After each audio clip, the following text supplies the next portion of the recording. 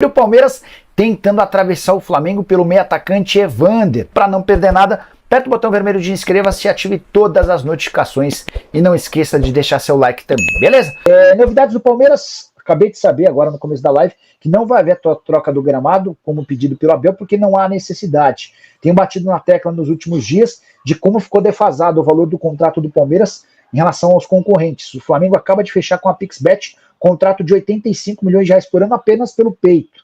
A Leila paga por todas as propriedades do uniforme do Palmeiras 81 milhões de reais. Então, com um patrocínio, o Flamengo recebe mais do que em todos os patrocínios da camisa. E é peito, costas, omoplata, manga, dentro do número, barra inferior, barra dianteira, barra traseira, calção e meião, tá?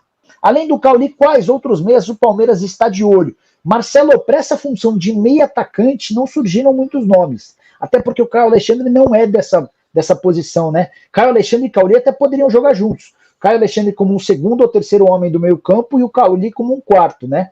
Mas eu não ouvi muitos outros nomes, não. Não sei se os caras estão confiando muito que o Luiz Guilherme possa ser esse cara, embora o Luiz jogue mais aberto pela direita, se eles estão guardando espaço para o Messinho, que é muito bom jogador, mas o Palmeiras tem trabalhado no mais absoluto sigilo, né? Tanto que quando contratou o primeiro do volante do Racing, não, esse todo mundo já meio que imaginava, né? Mas quando ele contratou o Bruno Rodrigues, ninguém nem imaginava. E o Caio Paulista vai vazar, que era o Palmeiras também, quando o negócio já estava praticamente fechado. O anúncio deve acontecer a qualquer momento, tá? Palmeiras que está tentando atravessar o Flamengo.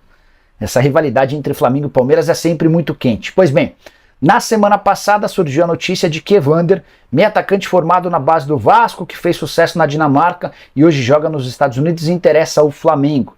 Inclusive, nos últimos dias, também surgiu a informação de uma proposta de 6 milhões e meio de euros do Flamengo.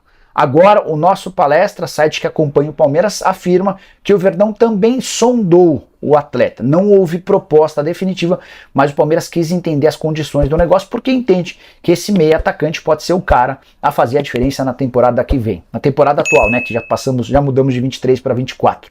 Só para trazer alguns números do Evander, nos tempos de Midland, lá na Dinamarca, 165 jogos com 50 gols e 40 assistências. Números bem bons. Foi contratado pelo Portland Timbers na virada de 2022 para 2023, contratação mais cara da história do clube, 8 milhões de euros, e ele se tornou o principal jogador do time, o melhor jogador na opinião do torcedor. Temporada de 29 jogos, 11 gols e mais 4 assistências. Importante lembrar que o Palmeiras tem feito contratações importantes. O Aníbal Moreno, por exemplo, custou 7 milhões de dólares fixos, mais 1 milhão de dólares em bônus. O Palmeiras tem capacidade para fazer uma oferta maior do que os 6 milhões e meio de euros do Fla pelo atleta. Prometo acompanhar de perto essa história e contar para vocês. A última do Palmeiras, Flaco Lopes, centroavante comprado pelo Palmeiras por 50 milhões de reais, é o camisa 9 dos sonhos do River Plate. Formação divulgada nas últimas horas por César Luiz Merlo.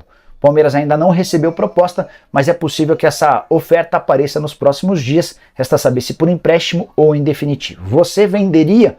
Se sim, por qual valor? Use o espaço para comentário. Esqueça de deixar seu like, se inscrever no canal. Essa notícia, que é uma notícia, pelo menos naquilo que o Palmeiras estava atacando de mercado nessas últimas semanas, um tanto quanto surpreendente, né?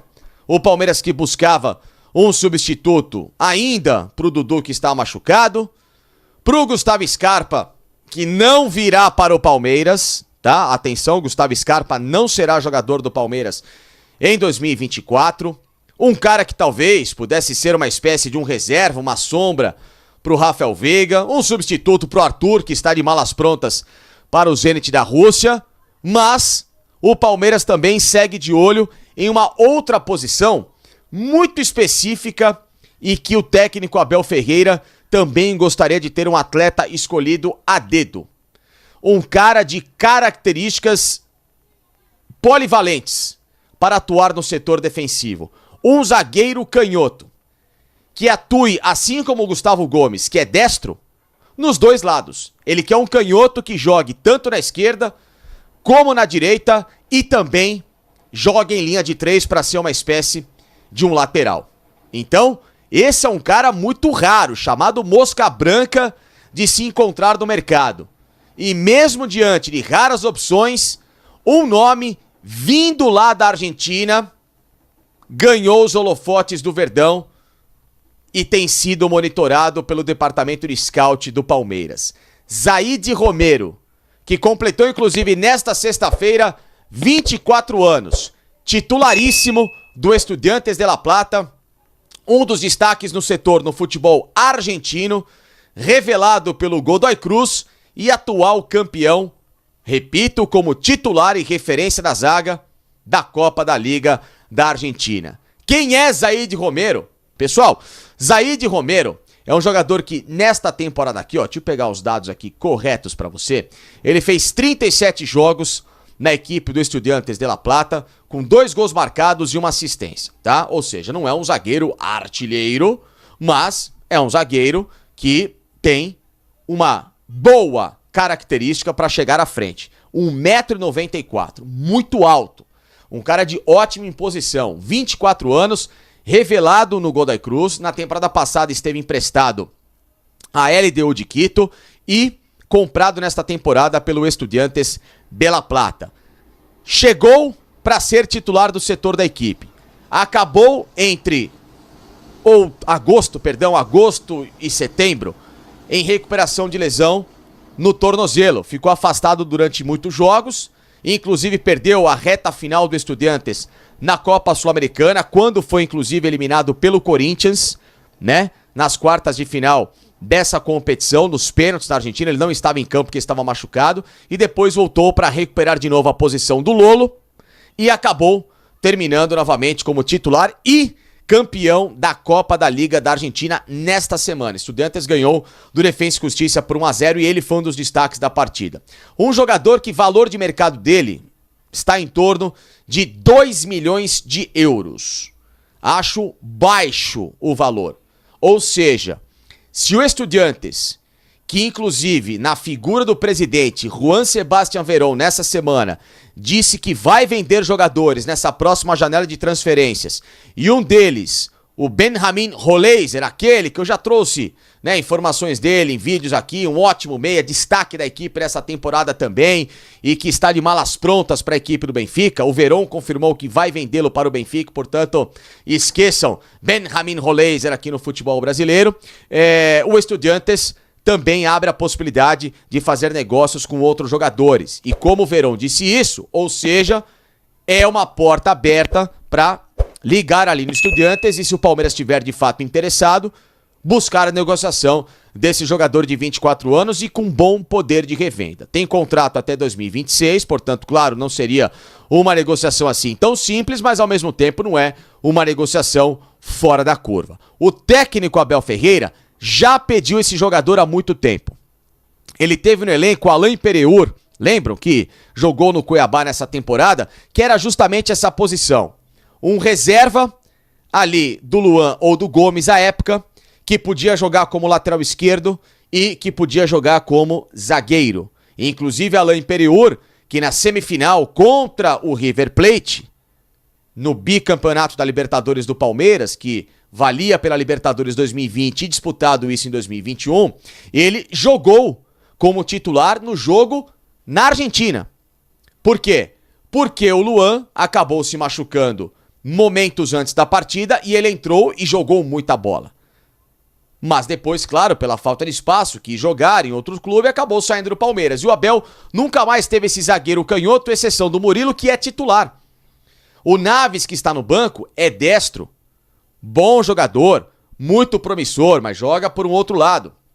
O Luan é destro, pode jogar pelo lado esquerdo também, mas não é um cara para uma função de terceiro zagueiro, por exemplo, e abrindo como uma espécie de um lateral. E essa é a função do Zaid Romero. Ele joga exatamente entre o lateral, obviamente o zagueiro.